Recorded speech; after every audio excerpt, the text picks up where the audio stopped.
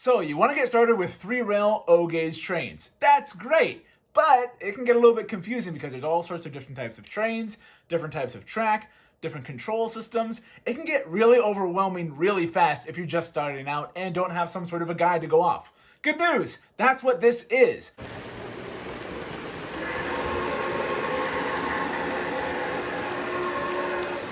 Plus, if you're already in the hobby, but you're looking to encourage folks to get into it and want to give them a good place to start, this can be that. That's what I want to do. I want to help you guys get started with this. So let's dive in.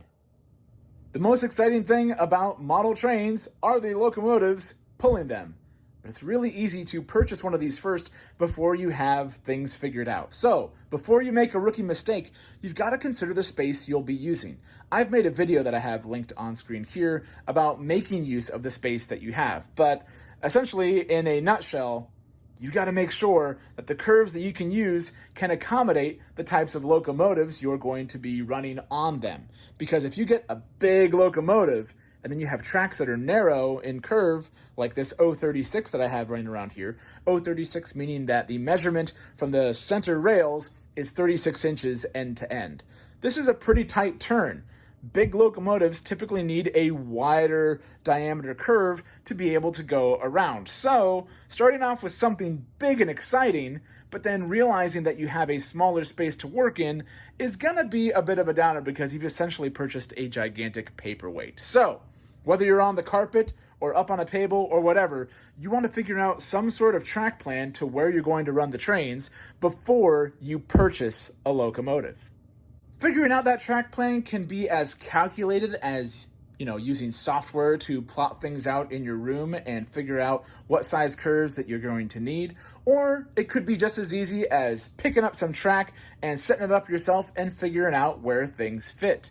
You can also purchase sets that actually have more than just a single loop of track. It'll come with all the track needed to make whatever size layout you want. So if you know the exact dimensions of the space that you want to have for your trains, and you go online and you look up that size, you'll see lots of track plans, and many times you'll also find track plans that come with, especially fast track, to be able to have just enough track to assemble that exact plan. That can make things easy. But as you can see from the rest of this, it's not exactly easy here.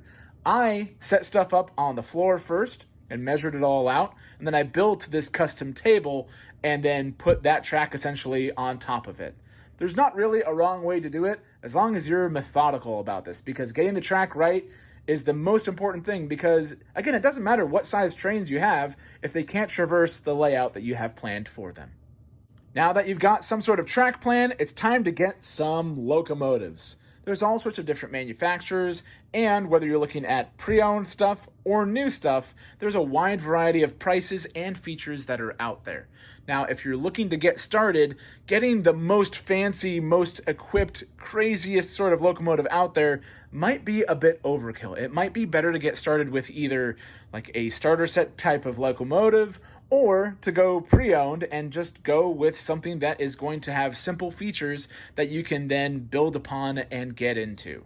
On the left here, we have what's considered a post-war locomotive. This is a old Lionel 1654 Scout. This was my dad's. It's fantastic, it runs great, and it's real simple. I've talked about different control systems before, but essentially, you hook up power to your track, and then you use a transformer, and you increase and decrease the voltage from that transformer to the track to control how fast or slow the train is going to move. It's very simple, very satisfying, and it's the most foolproof way to run trains. There are a lot of newer locomotives that, while they still can work in a conventional mode, they can also be controlled with remotes and other types of control systems that make for a more engaging experience. Things like being able to control different sound effects, different lighting effects, turning on and off smoke remotely, individually controlling the speed of each train and locomotive that's on your track. In most of those cases, we call this command control. As my example here, I have this Lionel Lion Chief 2.0 Mikado. This thing is able to be controlled conventionally around this track, just off the transformer. It still has electronic sounds, and that's kind of neat to be able to manipulate. I can also utilize either an app on my phone or a Lion Chief universal remote to control the speed of this off of a remote instead of having to hang out by the throttle lever. It also gives me more controls to be able to use the rear electrocoupler that's on this model and to select when sound effects go off. And it's just an easy way to control this stuff. To be able to control things remotely, you need constant power to the track as opposed to the variable voltage that you can do from a transformer.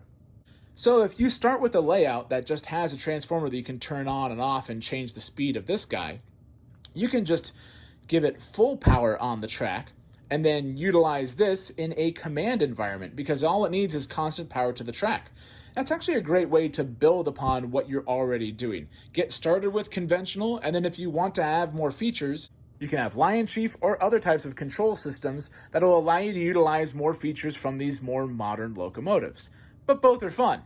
Where things start to get hairy is if you're combining Lionel command control systems with MTH command control systems, because unfortunately, there's no universal control system for 3-rail O scale, at least not a major one.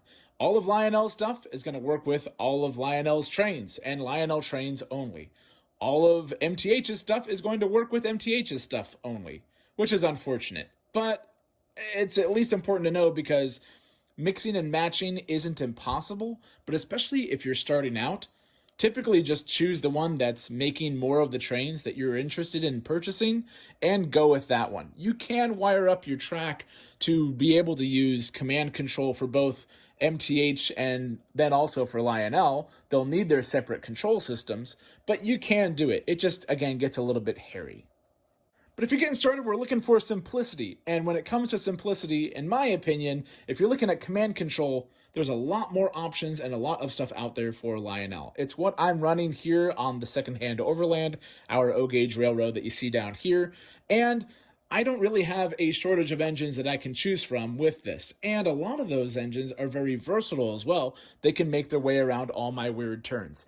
But do your research on the types of trains that you're interested in, and then look at what the manufacturers are offering to find one to go with. Again, it's not impossible to have both on the same line, but you can certainly simplify your life by having one command system to rule them all. Or you can just keep it simple and run every single locomotive you ever purchase in a conventional state with the transformer, and then everyone will like you, and you'll be able to run every kind of train. You just won't be able to utilize all of those specific controls that are designed to work with command control features like electrocouplers and different sounds and other different settings. Just depends on how you want to use this stuff. So if you can't tell, I love these trains, and I love sharing this with my son. This has been a great experience for me personally, but I also love sharing this stuff with you guys. You'll notice the links on screen have playlists that are designed to help folks, especially new folks in the hobby, get into this and make sense of all this stuff so that we can all enjoy it together with you. So check all that stuff out. Hit the like, leave a comment if you got questions especially. Subscribe and hit that bell so you don't miss out on the rest of the stuff that my son and I are coming up with here. It's been a ton of fun sharing it with you. Thank you so much for watching, and we'll see you on the next one.